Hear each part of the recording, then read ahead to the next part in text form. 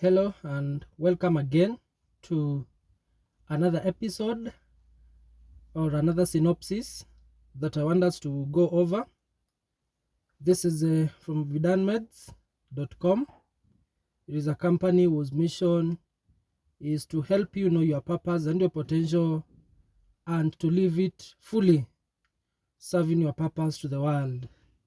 One of our missions is to ensure that you are equipped with the knowledge and the know-how that you need, because probably what you need to serve your purpose and to unleash your potential is hidden somewhere in a book. So it is our mission to ensure that we bring more of these books in a consumable way, in a better way to you.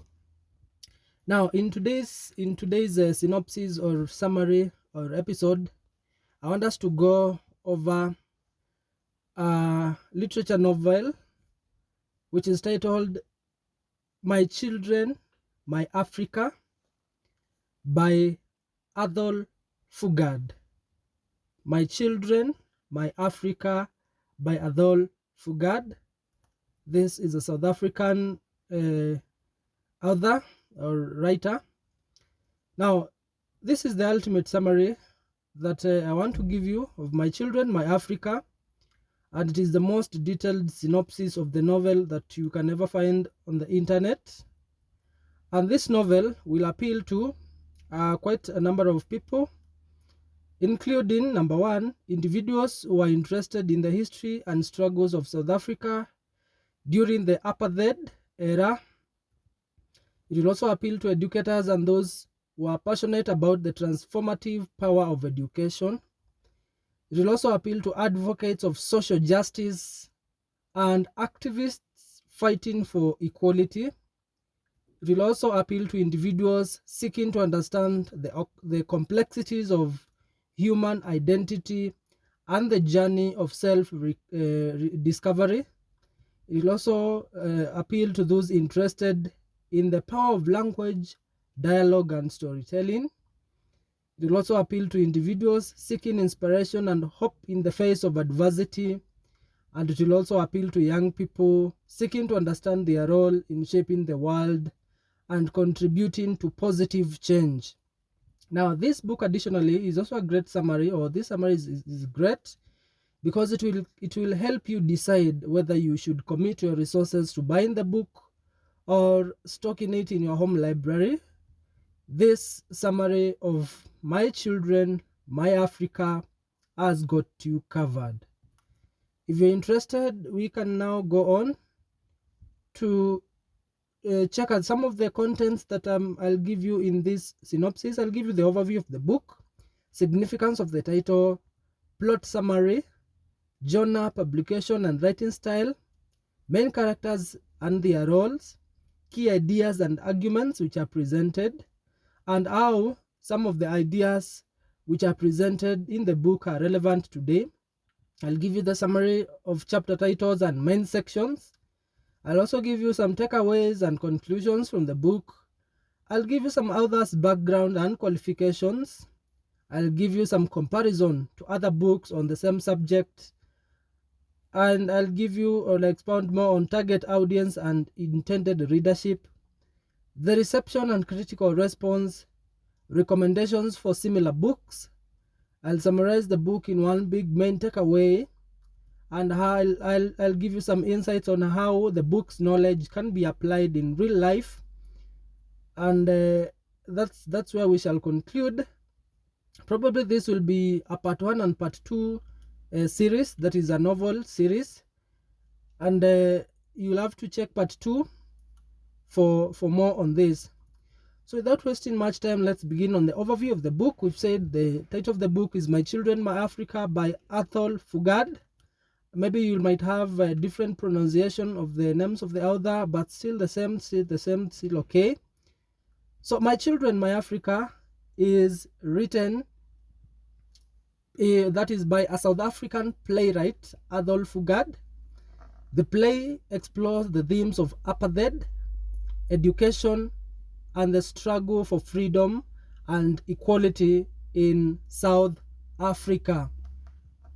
It is set in a segregated township during the height of apartheid and follows the lives of three main characters who are Thami Bikwana, who is a gifted black student, Isabel Dyson, who is a white student from a wealthy family, and Mr. M, just the letter M, their dedicated teacher. Let's go now to the significance of the title. Why did Athol decide to name this book My Children, My Africa? So there are many possible reasons why Athol Fugard's play is titled My Children, My Africa, and here are a few of the most likely reasons. Number one, the title is a direct reference to the play's central theme, which is the struggle for education and equality in South Africa during the apartheid era.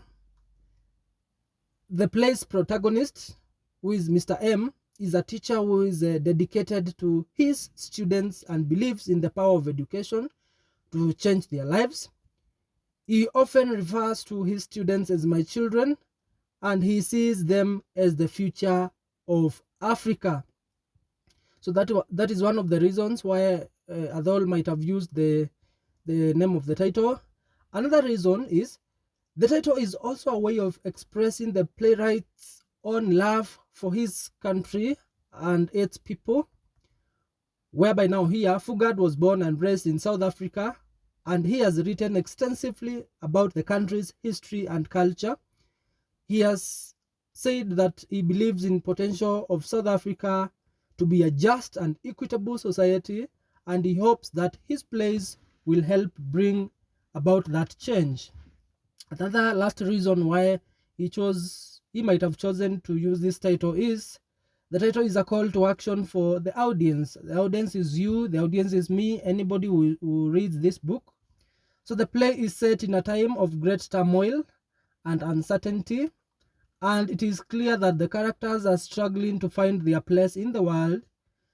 And this title is a reminder that we all have a responsibility to help shape the future, and that we should never give up on our dreams. Ultimately, this title, the meaning of it is that it is up to the individual reader to decide. It is upon you to decide. However, there should be no doubt that it is a powerful and evocative title that captures the essence of the play. So that is about the significance of the title and some of the three main reasons why Athol might have chosen the name of that title. Now let's go now to the plot summary of My Children, My Africa. And we begin by knowing that this play was set against the backdrop of apartheid era in South Africa. Athol Fugard's poignant play, My Children, My Africa, dives into the complex relationship between a dedicated teacher, who is Mr. M, and one of his most promising students, Thami Bikwana. We said earlier that Thami was a black student.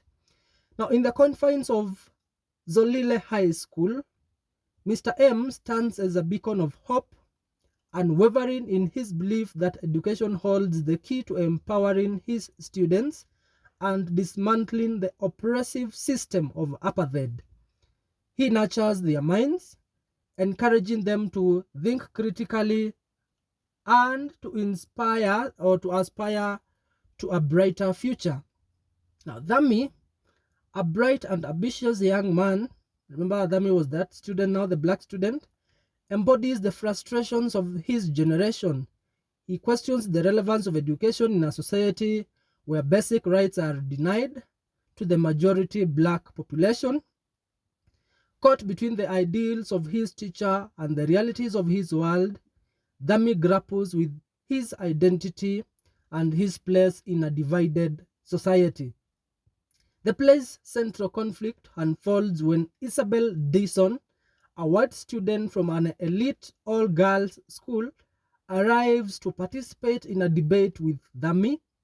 Their exchange sparks a compelling dialogue about education, gender, equality, and the future of their nation. Isabel's privileged upbringing and exposure to a world vastly different from Thami opens her eyes to the injustices of apartheid. She begins to question her own position and the system that perpetuates inequality. Amidst the growing tensions and the escalating struggle for freedom, Mr. M's unwavering commitment to his students comes at a personal cost. His support for Thami, even in the face of Thami's growing radicalism, ultimately leads to his tragic demise. So that is the plot summary. Let's go now to the genre, implication, and the writing style. Genre, remember when we talk of genre, we talk of the category in which you can place this book. So My Children, My Africa is a dramatic play that falls on the genre of social commentary. It explores the themes of education, apartheid, and the struggle for freedom in South Africa during the 1980s. The play's focus on dialogue and character development makes it a compelling and thought-provoking piece of theatre. Now, on the publication part, the play was first performed in Johannesburg, South Africa in 1989. It was published later that year by Serpent's Tail, a British independent publishing house, and the play has since been translated to over 20 languages and performed worldwide. When now we go to the writing style, Fugard's writing style is characterized by its simplicity and directness. He uses plain language and everyday dialogue to create a sense of authenticity and immediacy. His characters are complex and well developed, and their triumphs are portrayed with sensitivity and understanding. What are some of the key elements of Fugard's writing style that we can see from this book? We have three of them, main ones. Number one, he uses naturalistic dialogue. Fugard's characters speak in the way that real people would, using everyday language and dialect. This creates a sense of authenticity and realism, and it allows the characters to express their thoughts and feelings in a way that is both natural and compelling. Number two, another key element in the writing style is show and don't tell. Show, don't tell. Fugard is a master of showing rather than telling. He allows the characters' actions and words to reveal their inner thoughts and feelings, rather than simply stating them outright. This makes the play more engaging for the audience, and it allows them to form their own interpretations on the characters and their motivations. Another last key element in the writing style is the emotional depth. Fugard play are deeply emotional. All of them, the ones that he has written, are deeply emotional, and they explore a wide range of human experiences, from love and loss to hope and despair. He is able to tap into the universal emotions that resonate with audiences along or around the world. Let's now go to the main characters and their roles. Main characters and their roles. Remember, we've talked of three main characters. So the first main character, the protagonist, was Mr. M, just the letter M, the alphabet M, and he is the beacon of hope amidst adversity. So Mr. M is a dedicated teacher at Zolile High School, and he stands as a beacon of hope amidst the oppressive realities of apartheid.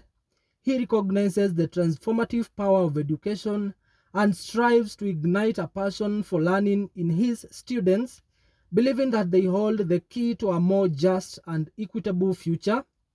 His unwavering commitment to his students, even when faced with personal sacrifices, underscores the profound impact he has on their lives. Another character that we have seen was Thami Bikwana.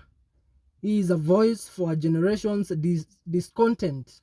Thami Bikwana, one of Mr. M's most promising students, represents the frustrations and delusionment of his generation. Growing up under the harsh realities of apartheid, Thami questions the relevance of education in a society that denies him and his peers fundamental rights. His radicalism and growing impatience reflect the simmering tensions and the yearning for change that characterized the youth of that era. That character is Isabel Dison, who is symbolizes a journey of awakening. Isabel Dison is a white student from an elite all-girls school who arrives at Zolile High School to participate in a debate with Thami. Her exposure to the realities of black life in the township challenges her preconceived notions and awakens her to the injustices of apartheid. She begins to question her own privilege and the system that perpetuates inequality, embarking on a journey of self-discovery and transformation. We also have another, we can have another last character here, Usis Pumla. Usis Pumla, maybe you might have a different pronunciation, but it is Usis Pumla. Now, this character represents maternal guidance and community. Usis Pumla, the elderly woman who rents a room to Mr. M, serves as a maternal figure to both Thami and Isabel. Her wisdom and compassion provide a sense of stability amidst the turmoil, and her unwavering support to Mr. M and his students highlights the importance of community ties and the enduring bonds of human connection. Let's now go to key themes which are presented in this book, My Children, My Africa. These key themes, we can still call them the key ideas and arguments which are also presented. Now, there are several themes which are represented here, and of course, I know one of the big main one that you can think of is education and the power of knowledge. And we begin with that one. The first theme is education and the power of knowledge. At the heart of My Children, My Africa novel lies the transformative power of education. Mr. M, the play's dedicated teacher, believes that knowledge is the key to breaking the shackles of apartheid and empowering individuals to shape their own destinies. He sees education as a tool for social change and individual liberation. Another theme is the struggle for racial equality and justice. Now, this novel, which is set against the backdrop of apartheid in South Africa, powerfully portrays the struggle for racial equality and justice. Mr. M's students, particularly Thami Bikwana, grapple with the daily injustices of apartheid, questioning the system's inherent inequalities and demanding change. The third theme is the role of youth in social transformation. The play highlights the crucial role of youth in bringing about social transformation, whereby now here Thami, representing the frustrations of his generation, questions the status quo and challenges the oppressive system. His growing radicalism reflects the impatience and delusionment of young people in the face of entrenched racial discrimination. Another theme that we can have is the power of language and dialogue. Language and dialogue play a pivotal role in conveying the play's themes. The debate between Isabel Dison and Thami Bikwana exemplifies the power of words to challenge perspectives and promote understanding. Their exchange sparks a dialogue about gender equality, education, and the future of South Africa. Another theme is the importance of individual identity and self-discovery. The play explores the importance of individual identity and self-discovery. Isabel Dison, a white student from an elite school, undergoes a transformation as she is exposed to the realities of black life under apartheid. She questions her own privilege and begins to form her own identity, rejecting the societal norms that shape her upbringing. Another theme is the legacy of sacrifice and fight for freedom. Mr. M's unwavering commitment to his students and his unwavering belief in their potential come at a personal cost. His tragic demise underscores the sacrifices made by those who fought for freedom and justice during the apartheid era. His legacy lives on the lives of his students who carry forward his ideals of education and social change. Another last theme that we can have is the enduring hope for a better future. The enduring hope for a better future. Despite the bleak realities of apartheid, the play offers a glimmer of hope for a better future. Mr. M's dedication to his students and the unwavering spirit in the face of oppression suggest that the seeds of change have been sown. The play concludes with a message of hope and resilience, reminding us that even in the darkest of times, the human spirit can prevail. Now, how are some of these themes that we've said or we've gone through relevant today? Are they really relevant today? The book was written a long time ago during the apartheid era with some of the themes that we've talked about. How are they still relevant today? Are they still applicable in our today's life? So these themes that we've talked about, they remain relevant today. It is true that they remain relevant. For example, if you look at education and the power of knowledge was one of the themes. Education up to today continues to be a cornerstone for social progress and individual advancement. In a world that is grappling with complex challenges, education remains a vital tool for equipping individuals with the knowledge, skills, and critical thinking abilities necessary to navigate an increasingly interconnected and rapidly changing world. Another theme that you talked about is the struggle for racial equality and justice. Is it still relevant today? So while apartheid has ended, the fight for racial equality and justice continues in various forms around the world. Racial discrimination, prejudice, and systemic inequalities persist, demanding ongoing efforts to dismantle discriminatory structures and create a more equitable society. Another theme that we talked about was the role of youth in social transformation. The youth remain a driving force for social change even today. Their energy, ideas, and willingness to change the status quo make them powerful agents of transformation. The play's message about the power of youth remains relevant as the young people continue to mobilize and advocate for positive change. We also talked of another theme that we talked about was the importance of individual identity and self-discovery. The quest for individual identity and self-discovery is a universal human experience. In a world increasingly interconnected, individuals continue to grapple with questions of identity, seeking to define themselves in relation to their communities, cultures, and personal lives. Another thing that we can also have that we can see if it is relevant today is the legacy of sacrifice and fight for freedom that we also saw earlier on. So the sacrifices made by those who fought for freedom and justice continue to inspire ongoing struggles for human rights and dignity. The play's reminder of the importance of individual courage and perseverance remains relevant in the face of ongoing challenges to fundamental freedoms. So those are some of the themes and how they can be applied. You can have more of that in our website, that is vidanmeds.com/blog. You can also have a link of this write-up down in the description. You can have a look at it. Now let's go very, very quick to the summary of chapter titles and main sections of the book.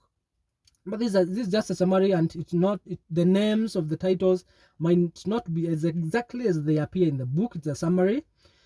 So it is My Children, My Africa unfolds a single act divided into several scenes that capture the play's dynamic interactions and evolving tensions. Remember, it is a play. So scene 1 is the setting of the stage, whereby the play opens with Mr. M's classroom at Zolile High School, a black township school in apartheid era in South Africa, where Mr. M's energetic teaching style and dedication to his students set the stage for the play's exploration of education and its transformative power. In scene 2, we have a clash of perspectives, whereby Isabel Dison, a white student from an elite girls' school, arrives to participate in a debate with Thami, Bikwana, and their exchange on the role of women in society highlights the clash of perspectives and social tensions that shape their lives. In scene 3, we have the depth of Mr. M's dedication, where Mr. M shares a personal anecdote with Thami, revealing the profound impact of education on his own life. This revelation deepens the connection between the two and further underscores the transformative power of learning. In scene 4, we have Thami's disillusionment. Thami expresses his growing impatience and disillusionment with the slow pace of change and apartheid. His frustration reflects the broader generational conflict and the struggle for freedom and equality. In scene 5, we have Isabel's awakening. Isabel's exposure to the realities of black life in the township challenges her preconceived notions and awakens her to the injustices of apartheid. Her transformation marks the beginning of her journey towards understanding and empathy. In scene 6, we have teacher sacrifice. Mr. M's unwavering support for Thami, even in the face of Thami's growing radicalism, ultimately leads to his tragic demise. His sacrifice highlights the personal costs of fighting for justice and the enduring legacy of those who make such sacrifices. Then the last scene, scene 7, we have the legacy of hope, whereby now the play concludes with a message of hope and resilience. Thami, despite his grief and anger, finds the strength to carry on, which was inspired by Mr. M's legacy and the promise for a better future. Now, as we wind up this part 1 of the synopsis of My Children, My Africa, I want us to go over very, very quick some key takeaways and conclusions that we can have from the book.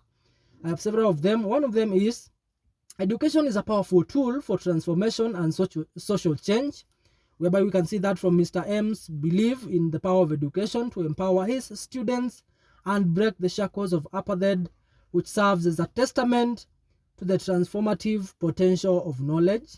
Another takeaway is the struggle for racial equality and justice is an ongoing endeavor.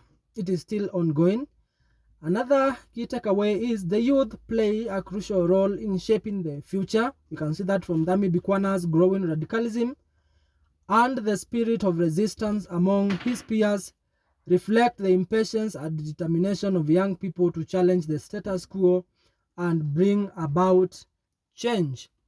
Another takeaway is language and dialogue are essential tools for understanding, communication, and social progress. We saw that from the debate between Isabel and Thami Bikwana, which was a catalyst. Now, another takeaway is individual identity and self-discovery are fundamental aspects of personal growth and societal engagement. And another takeaway is the legacy of sacrifice and the fight for freedom are enduring sources of inspiration. We can see that from Mr. M's unwavering commitment to his students and his tragic demise as a reminder of sacrifices made in the pursuit of justice and equality. Now, the last takeaway that you can have is the hope and resilience are essential ingredients for overcoming adversity and achieving positive change. Now, let's go to some of the interesting facts about the author and maybe let you know about the author as we also wind up this part 1. So Athol Fugard is an acclaimed playwright, actor, and director from South Africa. He is widely regarded as one of the most important figures in South African theatre, and his works have been performed internationally to great acclaim. So Fugard was born in Middelburg, South Africa in 1932. He studied philosophy and anthropology at the University of Cape Town, but dropped out before completing his degree. He worked for a time as a court clerk, and his experience exposed him to the realities of apartheid. Fugard began his career as a playwright in the 1950s. His early plays, such as No Good Friday and Nogongo, were banned by the South African government because of their critical portrayal of apartheid. However, Fugard continued to write and his plays became increasingly popular. In the 1970s, Fugard formed the Serpent Players, a multiracial theatre group that defied the apartheid laws. The Serpent Players performed some of the Fugard's most famous plays, such as The Blood Knot, Sizwe Bansi is Dead, and The Island. Fugard's plays are characterized by their stark realism and the exploration of the human condition. And apartheid, his characters are often marginalized and downtrodden, but they are also resilient and full of hope. Fugard's work has been praised for his honesty in compassion and its ability to give voice to the voiceless. So Fugard continues to have a profound impact on South African theatre and literature, and he is a true icon of South African culture. So that is the end of part 1. In part 2, we'll continue. We'll start with the comparison, and so on. So thank you for now.